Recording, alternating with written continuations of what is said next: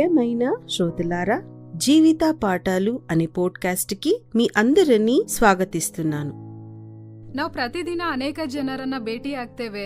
ಕೆಲವರು ತುಂಬಾ ಧೈರ್ಯವಾಗಿ ಮಾತನಾಡ್ತಾರೆ, ಕೆಲವರು ಬೇಗ ಕೋಪಗೊಳ್ತಾರೆ, ಇನ್ನು ಕೆಲವರು ಮೌನವಾಗಿರ್ತಾರೆ, ಕೆಲವರು ಯಾವಾಗ್ಲೂ ಆಶಾವಾದಿಗಳು, ಮತ್ತಷ್ಟು ಜನ ಯಾವಾಗ್ಲೂ ನಕಾರಾತ್ಮಕವಾಗಿ ಯೋಚಿಸ್ತಾರೆ. ಆಗ ನಮ್ಮ ಮನಸ್ಸಿನಲ್ಲಿ ಪ್ರಶ್ನೆ ಬರ್ತದೆ, ಯಾಕೆ ಜನರು ಇಷ್ಟು ವಿಭಿನ್ನವಾಗಿ ಯೋಚಿಸ್ತಾರೆ? ಯಾಕೆ ಕೆಲವರು ಬೇಗ ಅರ್ಥ ಮಾಡ್ಕೊಳ್ತಾರೆ, ಕೆಲವರು ಅರ್ಥ ಮಾಡ್ಕೊಳ್ಳೋದಿಲ್ಲ?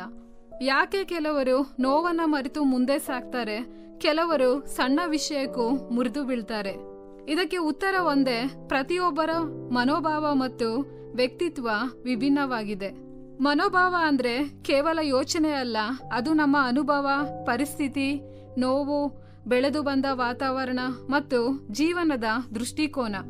ಇಂದು ನಾವು ತಿಳಿದುಕೊಳ್ಳೋಣ, ವಿಭಿನ್ನ ಮನೋಭಾವಗಳನ್ನ ಹೇಗೆ ಅರ್ಥ ಮಾಡ್ಕೊಳ್ಬೇಕು, ಜನರನ್ನ ಹೇಗೆ ಸರಿಯಾಗಿ ನೋಡುವುದು, ಸಹನೆ ಮತ್ತು ಕರುಣೆಯಿಂದ ಹೇಗೆ ವರ್ತಿಸಬೇಕು.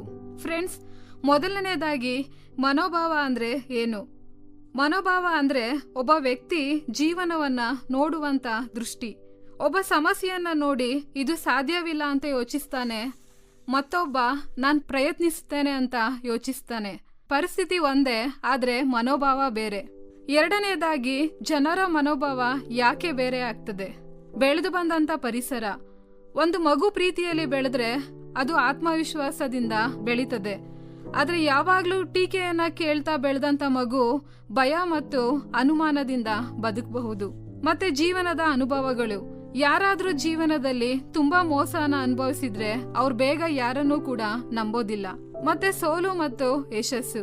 ಕೆಲವರು ಸೋಲಿನಿಂದ ಪಾಠ ಕಲಿತಾರೆ, ಇನ್ನು ಕೆಲವರು ಸೋಲಿನಿಂದಲೇ ಮುರಿದು ಬೀಳ್ತಾರೆ. ಮೂರನೇದಾಗಿ ನಾವು ಮಾಡುವಂತ ದೊಡ್ಡ ತಪ್ಪು. ನಾವು ಹಲವಾರು ಬಾರಿ ಜನರನ್ನ ಅರ್ಥ ಮಾಡಿಕೊಳ್ಳೋದಕ್ಕಿಂತ ಮೊದಲು ತೀರ್ಪು ಕೊಡ್ತೇವೆ. ಅವನ ಅಹಂಕಾರಿ, ಅವಳು ತುಂಬಾ ಕೋಪಿಷ್ಟೆ, ಅವ್ರು ಕೆಟ್ಟವ್ರು. ಆದ್ರೆ ಕೆಲವೊಮ್ಮೆ ಅವ್ರ ಒಳಗೆ ಕಾಣ್ದಂತ ನೋವು ಇರ್ತದೆ. ಕೋಪದ ಹಿಂದೆ ನೋವು ಇರಬಹುದು, ಮೌನದ ಹಿಂದೆ ಭಯ ಇರಬಹುದು, ಕಠಿಣ ಮಾತಿನ ಹಿಂದೆ ಒಡೆದಂತ ಹೃದಯ ಇರಬಹುದು. ಫ್ರೆಂಡ್ಸ್, ಒಂದು ಶಾಲೆಯಲ್ಲಿ ರಾಹುಲ್ ಅಂತ ಒಂದು ಹುಡುಗ ಇದ್ದ. ಅವನು ಯಾವಾಗಲೂ ಕೋಪದಿಂದ ಮಾತನಾಡ್ತಾ ಇದ್ದ. ಯಾರ ಜೊತೆಯೂ ಸರಿಯಾಗಿ ಬೆರಿತಾ ಇರ್ಲಿಲ್ಲ. ಎಲ್ಲರೂ ಅವನನ್ನ ಕೆಟ್ಟ ಹುಡುಗ ಅಂತ ಕರಿತಾ ಇದ್ರು. ಒಂದಿನ ಹೊಸ ಶಿಕ್ಷಕಿ ಬಂದ್ರು. ಅವರು ರಾಹುಲ್ನನ್ನ ಬೇರೆ ರೀತಿಯಲ್ಲಿ ಗಮನಿಸಿದ್ರು. ಒಂದಿನ ಅವರು ಮೃದುವಾಗಿ ಕೇಳಿದ್ರು, ನೀನ್ ಯಾಕೆ ಇಷ್ಟು ಕೋಪದಿಂದ ಇರ್ತೀಯ? ಆ ಹುಡುಗ ಕಣ್ಣೀರಿಂದ ಹೇಳ್ದ, ಮೇಡಮ್, ನನ್ನ ಅಪ್ಪ ಅಮ್ಮ ಪ್ರತಿದಿನ ಜಗಳ ಮಾಡ್ತಾರೆ, ಮನೆಯಲ್ಲಿ ಶಾಂತಿ ಇಲ್ಲ, ನನ್ ಜೊತೆ ಯಾರೂ ಮಾತಾಡೋದಿಲ್ಲ. ಆ ದಿನ ಶಿಕ್ಷಕಿಗೆ ಅರ್ಥ ಆಯ್ತು, ಸಮಸ್ಯೆ ಹುಡುಗನಲ್ಲಿ ಇರ್ಲಿಲ್ಲ, ಅವನೊಳಗಿರುವಂತ ನೋವಿನಲ್ಲಿ ಇತ್ತು. ಅವರು ಅವನಿಗೆ ಪ್ರೀತಿ ತೋರಿಸಿದ್ರು.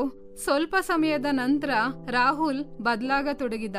ಫ್ರೆಂಡ್ಸ್, ಕೆಲವರು ಕೆಟ್ಟವರು ಅಲ್ಲ, ಅವರು ಕೇವಲ ಗಾಯಗೊಂಡವರು. ನಾಲ್ಕನೆಯದಾಗಿ, ವಿಭಿನ್ನ ಮನೋಭಾವಗಳನ್ನ ಹೇಗೆ ನಿಭಾಯಿಸಬೇಕು? ಕೇಳಲು ಕಲಿಯಿರಿ.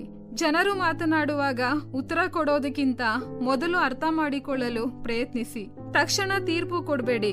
ನಾವು ಅವ್ರ ಕಥೆಯನ್ನ ಸಂಪೂರ್ಣವಾಗಿ ತಿಳಿದಿಲ್ಲ. ಸಹನೆಯಿಂದ ಇರ್ರಿ. ಪ್ರತಿಯೊಬ್ರು ತಮ್ಮ ತಮ್ಮ ಹೋರಾಟದಲ್ಲಿ ಇದ್ದಾರೆ. ಮತ್ತೆ ಹೋಲಿಕೆ ಮಾಡಬೇಡಿ, ಯಾಕಂದ್ರೆ ಎಲ್ಲರ ಪ್ರಯಾಣ ಬೇರೆ, ಎಲ್ಲರ ವೇಗನೂ ಕೂಡ ಬೇರೆ ಆಗಿರ್ತದೆ. ಫ್ರೆಂಡ್ಸ್, ಒಂದು ಉದಾಹರಣೆ, ಕೈಯಲ್ಲಿರುವಂತ 5 ಬೆರಳುಗಳು.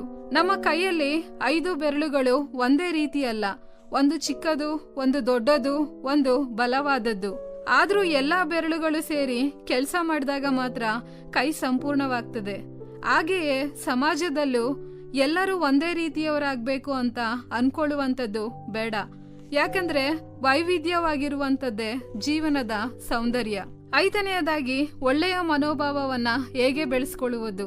ಕೃತಜ್ಞತೆ. ಇದ್ದದಕ್ಕೆ ಧನ್ಯವಾದ ಹೇಳಿ. ಯಾಕಂದ್ರೆ ಸಣ್ಣ ಸಣ್ಣ ಆಶೀರ್ವಾದಗಳಿಗೆ ಧನ್ಯವಾದ ಹೇಳಲು ಕಲಿತಾಗ ಮನಸ್ಸಿನಲ್ಲಿ ಶಾಂತಿ ಬೆಳೀತದೆ.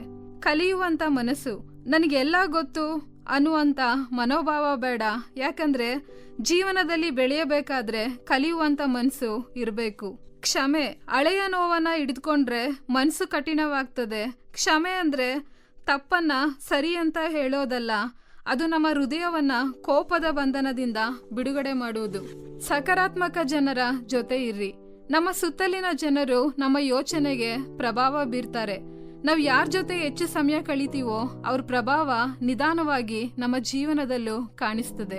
ಬೈಬಲ್ ಹೀಗೆ ಹೇಳ್ತದೆ, ಫಿಲಿಪಿಯವರಿಗೆ ಬರೆದ ಪತ್ರಿಕೆ 2ನೇ ಅಧ್ಯಾಯ 4ನೇ ವಚನ, ನಿಮ್ಮಲ್ಲಿ ಪ್ರತಿಯೊಬ್ಬನು ಸ್ವಹಿತವನ್ನು ಮಾತ್ರ ನೋಡದೆ ಪರಹಿತವನ್ನು ಸಹ ನೋಡಲಿ.